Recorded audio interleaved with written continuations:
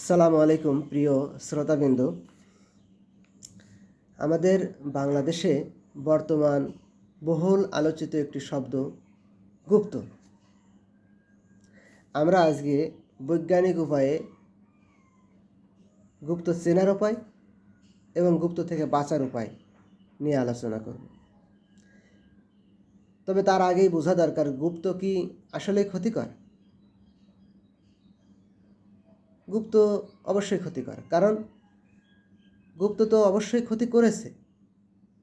আওয়ামী লীগের শিকড় সহ মূলোৎপাটন করে প্রায় 30,000 নেতাকর্মী সহ এদেশ থেকে বিতাড়িত করেছে। শুধু আওয়ামী লীগের 30,000 নেতাকর্মী বিতাড়িত করেনি, আওয়ামী লীগকে যারা সাপোর্ট করেছে এরকম আমলা, পুলিশ, সেনা, বিজিবি কর্মকর্তা 30,000 পালিয়ে গেছিল। পরবর্তীতে 10,000 মতো জয়েন করেছে। তো একটা দলে ডেডিকেটেড ফেস ভ্যালু সম্পন্ন নেতা, আমলা, পুলিশ, বিডিআর, রাষ্ট্রের যে মেকানিজম সহ বেশি থাকে না।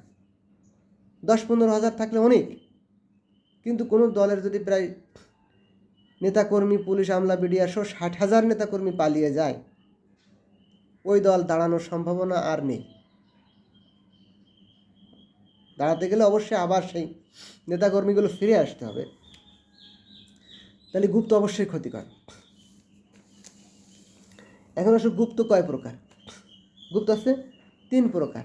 রাজনৈতিক গুপ্ত, রাজনৈতিক দলের মাঝে অবস্থান করে যারা ভিন্ন দলের পারপাস সার্ভ করে তাদেরকে রাজনৈতিক গুপ্ত বলে। যেরকম আপনারা জানেন যে বিএনপির প্রতিষ্ঠাতা সদস্যদের ভিতরে শাহজাহান ওমর বীর বিক্রম, তিনি যখন বেরিয়ে আওয়ামী লীগে জয়েন করে তখন বলে, প্রকাশ্যে একটা সমাবেশ মিটিংয়ে বলে যে আমু ভাইয়ের দোষ, আমর হোসেন আমু ভাই আমাকে পাঠিয়েছিল বিএনপিতে। তো কত বছর, কয়েক যুগ সে বিএনপির মধ্যে গুপ্ত হিসেবে ছিল, যার কারণে বিএনপি দল হিসেবে কোনোদিন শক্তিশালী দল হতে পারে। আরও কতজন গুপ্ত হিসেবে এখন অবস্থান করছে, অনেকে বিভিন্ন রকমের বিভিন্ন জনকে সন্দেহ করছে, সালাউদ্দিন সহ অনেককেই সন্দেহ করছে যে এরা বিএনপির ভিতরে গুপ্ত। তাহলে এগুলো হচ্ছে রাজনৈতিক গুপ্ত। তাহলে বিএনপির জন্য অবশ্যই এটা ক্ষতিকর। বিএনপির নাম এই জন্যই নিচ্ছি আমি, রাজনৈতিক কারণে, আমি কোনো দলের সাপোর্ট নিয়ে কাউকে ভালো করার জন্য বলছি না, যেহেতু বিএনপি এটা নিয়ে ওয়ারিড তাই এটা উল্লেখ করছি বারবার। অরাজনৈতিক গুপ্ত এটা আরও ভয়ঙ্কর, যে সাধারণ মানুষের ভিতরে যারা কোনো দলের নাম প্রকাশ করে না কিন্তু ভোট দেয়, তো ভোটে জেতার স্বার্থে তখন বাধ্য হয়ে রাতের অন্ধকারে তাদের পকেটে 500-1,000 করে টাকা গুনে দিতে হয় যেন তারা আমাকেই ভোট দেয়। আমার দলের সদস্য, কিন্তু বোঝা যাচ্ছে না যে কি আমার নাকি অন্যের, সাধারণ হিসেবে বেশে আছে। এগুলো হচ্ছে সাধারণ গুপ্ত। আর একটা হচ্ছে জ্ঞানী গুপ্ত, সুন্দর সুন্দর কথা বলে কিন্তু আইডিওলজি কীরকম যেন মোড়ায় নিয়ে শেষ পর্যন্ত আওয়ামী লীগের সাথে মিশাই দেয়, বা শেষ পর্যন্ত ভারতের সাথে মিশিয়ে দেয়, বা শেষ পর্যন্ত আমেরিকার সাথে মিশিয়ে দেয়। এটা হচ্ছে জ্ঞানী গুপ্ত। ভালো ভালো কথা বলে কিন্তু কোনো না কোনো দিকে সে ধাবিত করে দেয়, মানুষের মস্তিষ্ক, চিন্তা, চেতনাকে মডিফাইড করে সে কোনো না কোনো দিকে ধাবিত করে দেয়। এটা হচ্ছে জ্ঞানী গুপ্ত। এই 3 প্রকার গুপ্ত আছে। গুপ্ত থেকে বাঁচার জন্যে এখন উপায়গুলো আমরা বলবো। তো গুপ্ত থেকে বাঁচার জন্য আমাদের মনে রাখতে হবে, গুপ্ত কিন্তু ভাইরাস। মানুষ শরীরে ভাইরাস যেমন, গুপ্ত ভাইরাস একবার শরীরে ঢোকে, দীর্ঘদিন অবস্থান করে, পরে তার ক্রিয়া প্রতিক্রিয়া প্রকাশ করে। তো গুপ্ত এক প্রকার ভাইরাস। ভাইরাস কেন? ভাইরাস যখন পরিবেশে থাকে তখন সে পদার্থের মতো আচরণ করে, সে প্রাণী বোঝা যায় না, কিন্তু সে যখন কোনো প্রাণীর সংস্পর্শে আসে তখন সে প্রাণীর কোষের মধ্যে ঢুকে যায়, ঢুকে গিয়ে তার কোষের ভিতরে যে বিপাকীয় ক্রিয়া, এটা ফলে যে শক্তি সঞ্চার হয়, এই শক্তি গ্রহণ করে সে পরিপুষ্ট হয় এবং ওই প্রাণীর কোষ যে আরএনএ ডিএনএ বা তার বৈশিষ্ট্যগত কোড, এই কোড সে চুরি করে নিজে ওই কোডকে বের করে দিয়ে, আরএনএ ডিএনএকে বের করে দিয়ে নিজে আরএনএ ডিএনএ তৈরি করে, রেপ্লিকা তৈরি করে সে ওই কোষের নিয়ন্ত্রণ দখল নিয়ে নিজেদের বংশ বিস্তার করতে থাকে। এক পর্যায়ে যে ওই কোষ ফেটে বেরিয়ে আসে, এভাবে ধীরে ধীরে অনেক কোষকে মেরে ফেলে, ফলে প্রাণীটি এক পর্যায়ে মারা যায়। গুপ্ত প্রকৃতপক্ষে ভাইরাস। সুতরাং এই ভাইরাসের বৈজ্ঞানিক ব্যাখ্যা থেকে আমরা গুপ্তের ব্যাখ্যা বোঝার চেষ্টা করব এবং তার প্রতিরোধের উপায় বলব।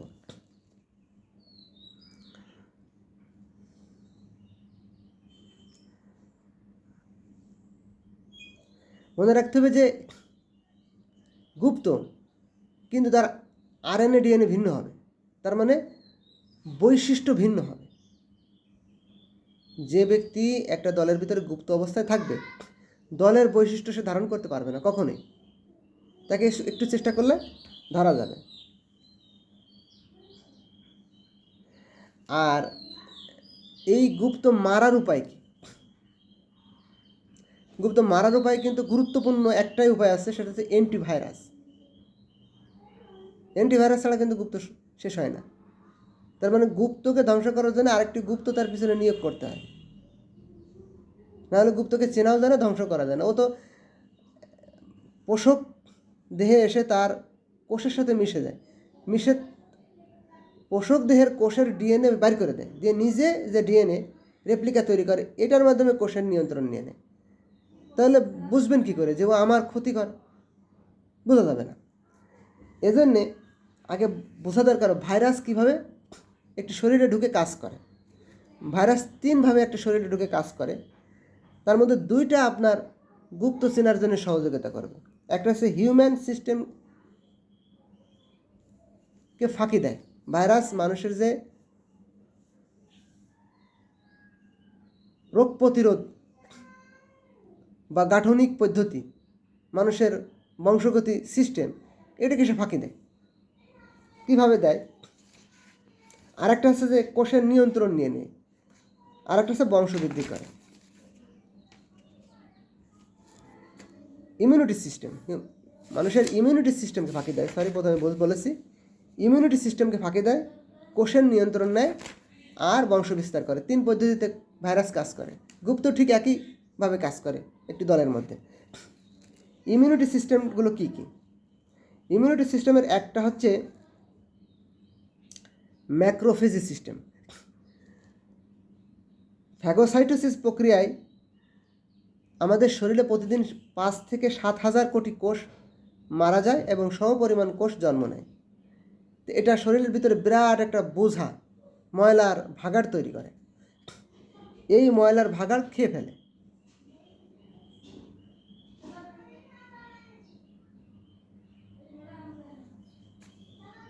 আমাদের শরীর ইমিউনিটি সিস্টেমটা খেয়ে ফেলে। তো খাওয়ার জন্য সে যে প্রক্রিয়াটি ব্যবহার করে সেটা হচ্ছে শ্বেতকণিকা। আমাদের শরীরে রক্তের যে লোহিত কণিকা, শ্বেতকণিকা এবং অনুচ্চ কণিকা, 3 প্রকার কণিকা আছে। তার মধ্যে শ্বেতকণিকাটা আছে বিশেষভাবে এই ফ্যাগোসাইটোসিস প্রক্রিয়ায় এই মৃত কোষগুলোকে খেয়ে ফেলে। তাহলে আমরা যদি আমাদের দলকে গুপ্তমুক্ত রাখতে চাই, তাহলে আমাদের দলের ভিতরে একটা আলাদা মানে শ্বেতকণিকা থাকতে হবে। তার মানে কি, গুপ্ত বিরোধী একটা আলাদা সেল বা একটা কমিটি থাকতে হবে, যারা গুপ্ত আইডেন্টিফাই করবে এবং এদের বিরুদ্ধে ব্যবস্থা নেবে। ব্যবস্থা 3 প্রকার নিতে হয়। একটা হচ্ছে যে শরীরে আমাদের 3 প্রকার ক্ষতিকর উপাদান থাকে। একটা হচ্ছে যে মৃত কোষ, আর একটা হচ্ছে ব্যাকটেরিয়া, ক্ষতিকর ব্যাকটেরিয়া থাকে, আর ক্ষতিকর ভাইরাস থাকে। তাহলে মৃত কোষগুলোকে কী করতে হবে? খেয়ে ফেলতে হবে, খেয়ে বর্জ্য আকারে নিঃসরণ করে দিতে হবে। তা মৃত কোষ কোনগুলো? একটা শরীরে মৃত কোষ মানে হচ্ছে যে আপনার একটা দলে এমন একজন ব্যক্তি যার কোনো ক্রিয়া প্রতিক্রিয়া নেই, মুরব্বী, অনেক দিন দলে সার্ভিস দিয়েছে, ভালো কাজ করেছে আগে, ঠিক আছে, কিন্তু এখন তার কোনো ভূমিকা নেই, ঐতিহ্যগতভাবে ধরে রাখে, সাধারণত ইসলামী দলগুলো এরকম করে, যেরকম দেখবেন আপনি চরমনার পীর সাহেব যতদিন বেঁচে থাকবে উনি প্রধান থাকবে, জামাতের আমির বা জামাতের জেলা কমিটিগুলো দেখবেন যে এই কমিটিগুলো চেঞ্জ হচ্ছে না, মুরব্বী হয়ে যাচ্ছে, হাড় ভাঙা, ওর উত্তর দক্ষিণ বলতে পারে না। এরকম অনেক ব্যক্তি আমি দেখেছি, মোবাইল চালাতে পারে না, মোবাইলে এত শিখাই দিচ্ছি পাসওয়ার্ড, এত আবার সে পাসওয়ার্ড ভুলে যাচ্ছে। একজন ব্যক্তিকে একটা মোবাইল ব্যাংকিং অ্যাপস ব্যবহার করতে যেয়ে তাকে বারবার পাসওয়ার্ড শিখাই দিচ্ছি, রিপ্লেসমেন্ট করে দিচ্ছি, পাসওয়ার্ড নতুন পাসওয়ার্ড দিয়ে দিচ্ছি, সে বারবার ভুলে যাচ্ছে। তাহলে এই ব্যক্তি দলের পাসওয়ার্ড মনে রাখতে পারবে? দলের আইডিওলজি মনে রাখতে পারবে? দলের থিম, দলের লিডিং, নতুন ইনোভেশন কোয়ালিটি সে ঠিক করতে পারবে? অনেক সিনিয়র নেতা দেখছি যিনি অ্যান্ড্রয়েড ফোন ব্যবহার করতে পারে না। করেন না কেন? তো বলে যে আমি পারি না ব্যবহার করতে। পারে না মানে মানে নতুনত্বকে সে গ্রহণ করতে পারছে না। তাহলে এগুলো হচ্ছে মৃত কোষ। দলকে যদি গুপ্তমুক্ত রাখতে চান তাহলে এই মৃত কোষগুলো কিন্তু বাদ দিতে হবে। আরেকটা হচ্ছে ব্যাকটেরিয়া। ব্যাকটেরিয়াটা কী জিনিস অনেক বড় হয়ে যাচ্ছে প্রিয় দর্শকরা, অনেক গুরুত্বপূর্ণ আলোচনা, আসলে সংক্ষেপে সময় হয় না, তারপরেও চেষ্টা করবো আপনাদের বোঝার জন্য, আপনারা নিজেরা একটু স্টাডি করেও নিতে পারেন ভালো করে বোঝার জন্য। আরেকটা হচ্ছে শরীরে কিন্তু পুষ্টি উপাদান সরবরাহ করার জন্য ব্যাকটেরিয়া থাকে। মানুষ যখন মানবদেহে যখন প্রথম শিশু জন্মগ্রহণ করে তখন কিন্তু তার শরীরে কোনো ব্যাকটেরিয়া থাকে না, কিন্তু ব্যাকটেরিয়া ছাড়া আমাদের যে মেটাবলিজম সিস্টেম, যে আমাদের পুষ্টি উপাদান শোষণ সিস্টেম, হজম সিস্টেম, এটা ঠিক থাকে না। তা আমাদের মুখ থেকে শুরু করে মলদ্বার পর্যন্ত সব জায়গায় বিভিন্ন প্রকার ব্যাকটেরিয়া প্রয়োজন হয়। এই ব্যাকটেরিয়া উপাদানগুলো সাধারণত দই বা দই জাতীয় খাদ্য, পনির, মাঠা এই জাতীয় খাদ্য থেকে পাওয়া যায় বেশি। এরপরে আচার এই জাতীয় খাদ্য থেকে পাওয়া যায় বেশি, আরও বিভিন্ন প্রকার খাদ্য থেকেও পাওয়া যায়, তো এগুলো থেকে বেশি পাওয়া যায় উপকারী ব্যাকটেরিয়া। ক্ষতিকর ব্যাকটেরিয়াগুলো ধ্বংস করে দেবে।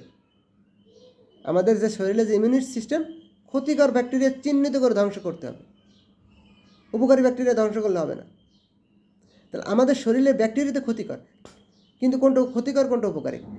ব্যাকটেরিয়ার কাজ হচ্ছে কি, যে আপনি যে জনশক্তিটা দিবেন, যে খাদ্যটা দিবেন শরীরে, সেটাকে বিপাক করা। তো ঠিক এরকম দলের ভিতরে আপনি যে লোকগুলো নিয়ে আসবেন তাকে ভালোভাবে ট্রেন আপ করে দলের উপযোগী করে গড়ে তোলার জন্য যে দলের শিক্ষা প্রশিক্ষণ বিষয়ক সম্পাদক বা কমিটি থাকে, এটাকে আপনি ব্যাকটেরিয়ার সাথে তুলনা করতে পারেন। এইখানে যদি কোনো গুপ্ত ঢুকে যায় তাহলে কিন্তু আপনার শরীরে যেরকম বিপাক ক্রিয়া ব্যাহত হলে শরীর পুষ্টিহীন হয়ে পড়বে, শরীর বিভিন্ন রোগ প্রতিরোধ ক্ষমতা হারিয়ে ফেলবে, বিভিন্ন রোগে আক্রান্ত হয়ে শরীর মারা যায়।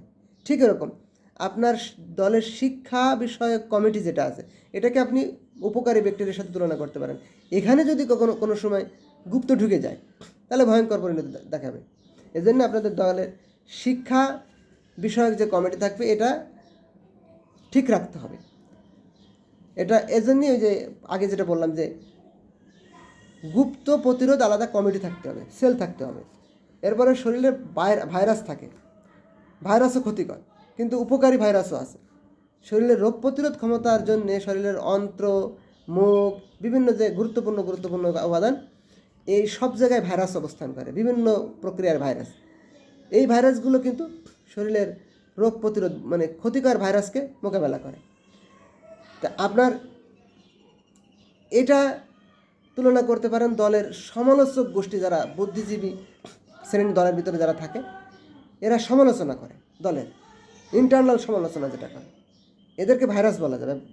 বাইরের সমালোচনা যারা করে ওটা আলাদা ফাংশন, ইন্টারনাল সমালোচনা যারা করে দলের ভিতরে, এরা কিন্তু ভাইরাস। তো এই ভাইরাসকে উপকারীরা ক্ষতিকারী কীভাবে বুঝবেন? ওই যে এন্টি সেল, যে সেলটা দলের কমিটিটা আপনার আইডেন্টিফাই করবে কি উপকারী ভাইরাস নাকি ক্ষতিকর ভাইরাস। সমালোচনার মাধ্যমে আমরা দলের ভালো লোকগুলোকে ভালো রাখতে পারি, মন্দ লোকগুলোকে বের করে দিতে পারি, নাহলে দলের ক্ষতি হতে পারে।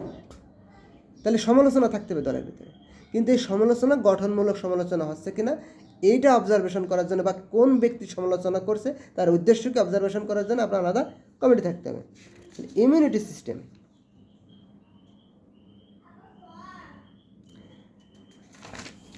এখন আসেন কোষের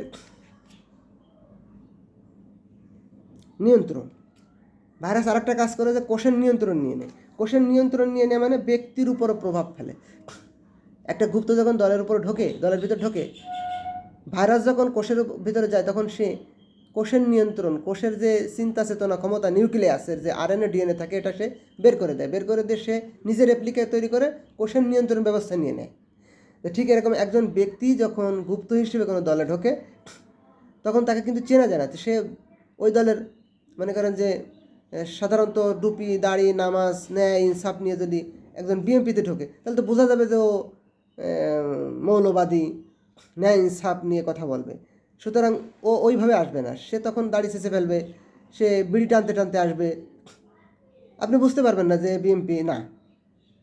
তাহলে দলের ভিতরে কেউ যদি নতুন ঢোকে, সে বিড়ি টানছে, মুখ খারাপ করছে, দাড়ি নাই, নামাজ ঠিক মতো পড়ে না, এ মানেই দলীয় লোক না, এ গুপ্ত হতে পারে। সুতরাং এ কিভাবে কাজ করে, কোষের নিয়ন্ত্রণটা কী হয় না, মাইটোকন্ড্রিয়ার উপরে প্রথমে আঘাত হানে। দুটো জিনিসের উপর আঘাত হানে, একটা নিউক্লিয়াস, একটা হচ্ছে মাইটোকন্ড্রিয়া।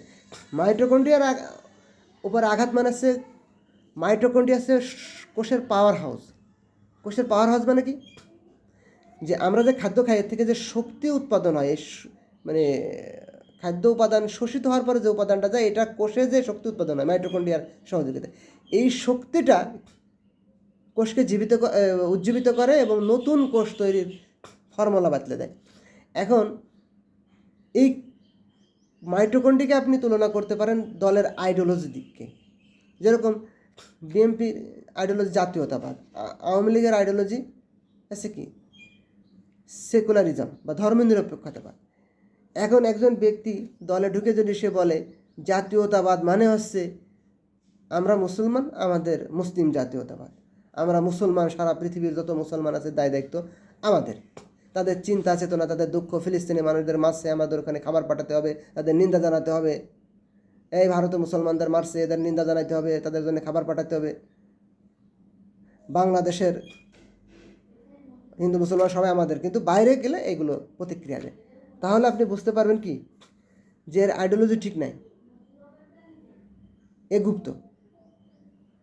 ও যদি বিএনপি দলের মধ্যে বসে বা আওয়ামী লীগ দলের মধ্যে বসে ভারতের মুসলমান নিয়ে বেশি কথা বলে, ফিলিস্তিনির লোকজন নিয়ে বেশি কথা বলে, তাহলে বুঝবেন যে কথা তো বলবে, মানবিক কথা বলবে, তাদের মারছে, তারা অমানবিক কাজ করছে বলবে, কিন্তু যদি বলে মুসলমান মারতেছে, আমাদের ব্যবস্থা নেওয়া দরকার, তাহলে বুঝবেন এটা গুপ্ত, এটা মৌলবাদী গুপ্ত।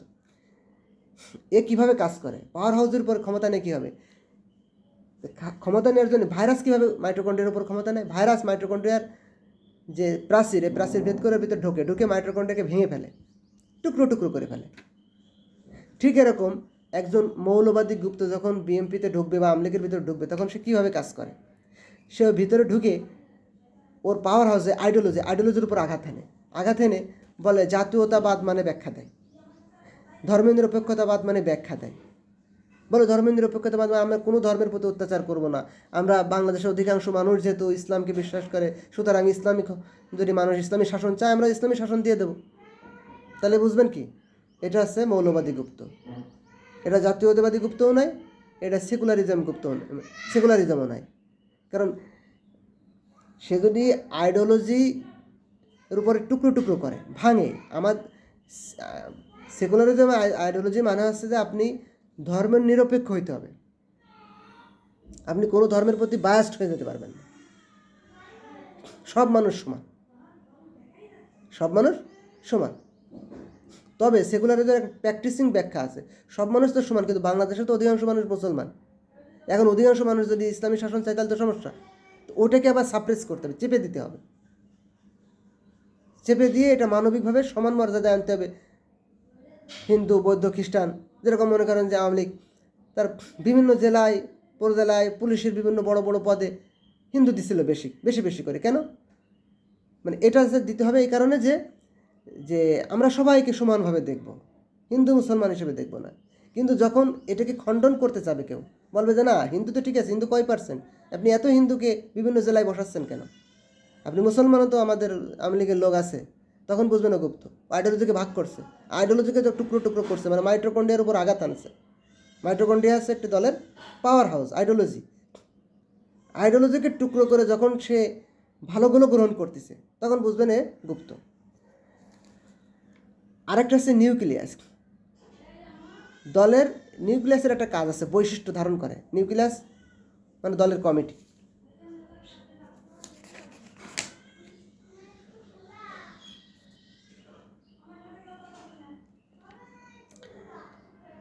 নিউক্লিয়াস একটা কাজ করে। নিউক্লিয়াসের একটা কাজ আছে, এ নতুন কোষ জন্ম হবে কীভাবে তার ফর্মুলা ধারণ করে। তার মানে বিবাহ বন্ধন। যদি কোনো ব্যক্তি নতুন দলে ঢুকে নিউক্লিয়াস মানে দলের কিন্তু যে কোনো উপকমিটির সভাপতি, উপকমিটির সভাপতি। যদি দেখেন যে এই উপকমিটির সভাপতির ছেলে মেয়ের সাথে বা এদের পারিবারিকভাবে বিবাহ বন্ধনে আবদ্ধ হচ্ছেন, তাহলে আপনি বুঝবেন এ গুপ্ত। এ কীভাবে কাজ করে? নিউক্লিয়াসের উপরে ভাইরাস কাজ করে হচ্ছে, নিউক্লিয়াসের ভিতরে ঢুকে নিউক্লিয়াসের মধ্যে ওই জীবের বৈশিষ্ট্য ধারণকারী আরএনএ ডিএনএ থাকে। এই আরএনএ এবং ডিএনএকে বের করে দেয়। সেও আরএনএ ডিএনএ, ভাইরাসটাও নিজে আরএনএ ডিএনএ, এবং সে একটা কপিও তৈরি করে ওখানে বংশ বিস্তার করতে থাকে। তাই কোনো নতুন ব্যক্তি নতুন দলে ঢুকছে, খেয়াল রাখতে হবে, দলে ঢুকে যদি সে যে কোনো কমিটি বা উপকমিটি, জেলা কমিটি, থানা কমিটি, এই যে সভাপতি, সেক্রেটারি, এদের ছেলে মেয়েদের সাথে বিবাহ বন্ধন আবদ্ধ আছে, বা অনেক সময় কমিটির সভাপতিও অবিবাহিত হতে পারে, তাদের সাথে ছেলে মেয়ে বিয়ে দিচ্ছে, তাহলে বুঝবেন এ গুপ্ত। এর কাজ কি? ওর সাথে মিশে নতুন যে প্রজন্ম তৈরি করবে, সেই প্রজন্ম কিন্তু কমিটি পেয়ে যাবে অটোমেটিক। দেখেন যে খালেদা জিয়ার সন্তানই কিন্তু বিএনপির প্রধান হবে। সুতরাং জিয়াউর রহমান যদি জাতীয়তাবাদী আদর্শান্বিত হয়, আর খালেদা জিয়া যদি না হয় আছে কিন্তু না হয়, তাহলে দুজনের মাধ্যমে যে সন্তান জন্ম নেয় তারেক রহমান, তিনি কিন্তু একটু গুপ্ত হবে। মানে বোঝার জন্যই বলছি, এর অরিজিনাল না। তার মানে আপনার কোনো জেলা কমিটির সভাপতি সাথে যদি কেউ মেয়ে বিয়ে দিতে পারে, বা তার ছেলে মেয়ের সাথে মেয়ে বিয়ে দিতে পারে, তাহলে তারা কিন্তু পদাধিকার বলে ওই কমিটির ভবিষ্যৎ ওই জেলা কমিটির সভাপতি হবে, সেক্রেটারি হবে।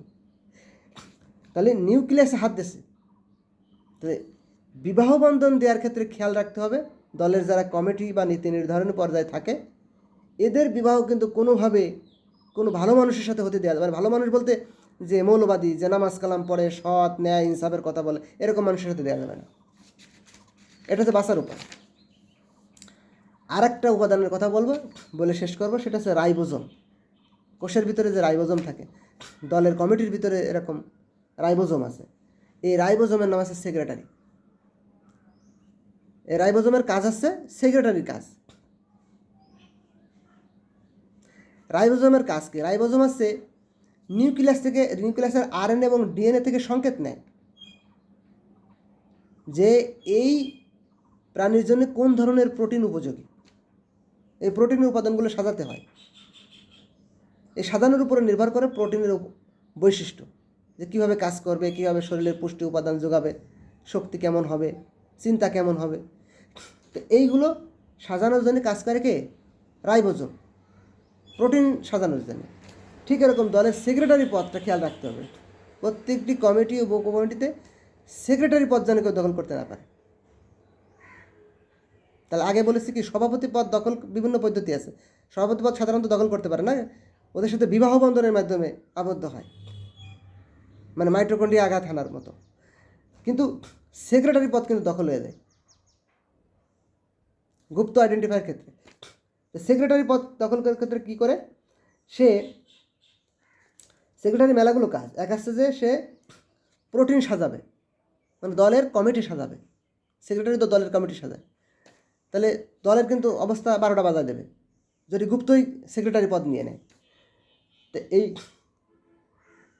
রাইবোজোম, এই প্রোটিনের কাজটা কি? প্রোটিনের কাজ আছে এই হরমোন নিঃসরণ করে। যেরকম একটা মেয়ে বাচ্চা ধারণ করেছে, এখন বাচ্চা প্রসবের সময় হয়ে গেছে, এটা যে কোনো একটা হরমোন সংকেতের মাধ্যমে নির্ধারণ করতে হয়, তাকে বলা হয় অক্সিটোসিন। বাচ্চা পূর্ণ হয়ে গেছে কিন্তু ডেলিভারি পেইন আসতেছে না, তখন ডাক্তাররা অক্সিটোসিন নামে একটা ইঞ্জেকশন দেয়, দিলে ডেলিভারি পেইন আসে। এই অক্সিটোসিন কিন্তু একটা হরমোন, যেটা মাথার থেকে সাংকেতিকভাবে নিঃসৃত হয়ে যাওয়ার কথা, কিন্তু যদি কোনো নারীর এটা হরমোন সিগন্যালে ব্যাহত হয় তখন কৃত্রিমভাবে এই অক্সিটোসিন দিতে হয়। এই অক্সিটোসিনের কাজ হচ্ছে কি, এটা বুঝতে পারা যে হ্যাঁ এবার বাচ্চার প্রসবের সময় হয়েছে, ও যে ওভারিটাকে চাপ দেয়। এরকম বিভিন্ন রকমের হরমোন, যে আপনি বয়সন্ধিকালে আপনার যে চাহিদাগুলো তৈরি হবে, শারীরিক উপাদানগুলো তৈরি হবে, এগুলো হরমোনের মাধ্যমে সিগন্যাল না দিলে দাড়ি, মোচ, চুল বা বিভিন্ন রকমের উপাদান যেগুলো আছে এগুলো তৈরি হওয়ার জন্য হরমোন আসে। তো এই সেক্রেটারি কিন্তু যে কমিটি সাজাবে, এ কিন্তু আপনার দলের বিভিন্ন সিগন্যাল এই কমিটির মাধ্যমে যায়। সুতরাং সেক্রেটারি পদটা গুরুত্বপূর্ণ। আরেকটা গুরুত্বপূর্ণ আছে, আপনারা জানেন যে প্রোটিন কিন্তু আমাদের শরীরে যে রক্ত কিন্তু এক প্রকার প্রোটিন, এটা কিন্তু শক্তি বহন করে শরীরের বিভিন্ন স্থানে নিয়ে যায়। আমরা যে খাদ্য খাবার খাই, এর উপাদানগুলো বহন করে কোষে পৌঁছে দেয় রক্ত। তাহলে সেক্রেটারি যদি কমিটি এমনভাবে সাজায় যে কমিটির বিভিন্ন গুরুত্বপূর্ণ পদগুলো গুপ্ত দিয়ে সাজাইছে, তাহলে দলের শক্তি কি, দলের একটা মনে করেন একটা মিছিল দেবে, একটা শহরে, একটা জেলা শহরে মিছিল দেবে। তা মিছিলে আজকে আমরা মিছিলে কি সিদ্ধান্ত নিব? আমরা কি পুলিশে যদি ব্যারিকেড দেয় পুলিশের মুখোমুখি হব, নাকি পুলিশ এড়িয়ে যাব? আমরা কি প্রতিপক্ষ দলের মুখোমুখি হব, নাকি এড়িয়ে যাব? কোন রোডে মিছিল দেব? এটা কি প্রতিপক্ষ দলের কমিটি ইসের সামনেতে যাবে, অফিসের সামনেতে যাবে? তো দুর্ঘটনা ঘটতে পারে, যাবে কি যাবে না? এগুলো কিন্তু প্রয়োজনও আছে, অপ্রয়োজনও আছে, যাওয়ার প্রয়োজনও আছে, অপ্রয়োজনীয় আছে। এই নীতি নির্ধারণ করে কিন্তু সাধারণত সেক্রেটারি ওই সভাপতির সাথে সমন্বয় করে। সুতরাং সেক্রেটারি পদ যদি দখল হয়ে যায় তাহলে কিন্তু আপনি আর দলকে ঠিক রাখতে পারবেন না। এরপর আসেন অ্যান্টিবডি। এই রাইবোজোমের আরেকটা কাজ আছে, অ্যান্টিবডি তৈরি করা। শরীরে কোনো আক্রমণ আসলে, রোগ প্রতিরোধ, ভাইরাস, ব্যাকটেরিয়া আক্রমণ হলে এটা অ্যান্টিবডি তৈরি করে। তার মানে সেক্রেটারি কিন্তু অ্যান্টিবডি তৈরি করবে। দল কোনো ভাঙ্গন বা দলে কোনো অকারেন্স ঘটলে সেক্রেটারি এর প্রতিরোধ ব্যবস্থা তৈরি করবে। এই সেক্রেটারি গুপ্ত হবে কিনা এটা কিন্তু খুব খেয়াল রাখতে হবে। আরেকটা আছে এর আরেকটা কাজ আছে যে প্রোটিন। এই প্রোটিনের আরেকটা কাজ আছে, ত্বক, চুল, নখ এগুলো সুন্দরভাবে সন্নিবেশিত করে। মানুষের বাহ্যিক আকার বা কোনো প্রাণীর বাহ্যিক আকার কত সুন্দর হবে এটা নির্ধারণ করে। সুতরাং একটা দলের কিন্তু মূল কাঠামো সেক্রেটারি নির্ধারণ করবে। যদিও সভাপতি এটাকে ইন্ডিকেট করে মাঝে মাঝে, কিন্তু সেক্রেটারি মূল চিন্তাধারা বহন করে। সুতরাং আপনাদের গুপ্তর পয়েন্টগুলো দেখালাম, যে গুপ্ত কোথায় কোথায় অবস্থান করে, গুপ্ত কিভাবে আসে এবং গুপ্ত প্রতিরোধের উপায়। সুতরাং যারা গুপ্ত হতে চান তারাও এখান থেকে শিক্ষা নিতে পারেন, আর যারা গুপ্ত প্রতিরোধ করতে চান তারাও এখান থেকে শিক্ষা নিতে পারেন। আখিরি দাওয়ানা আলহামদুলিল্লাহি রাব্বিল আলামিন।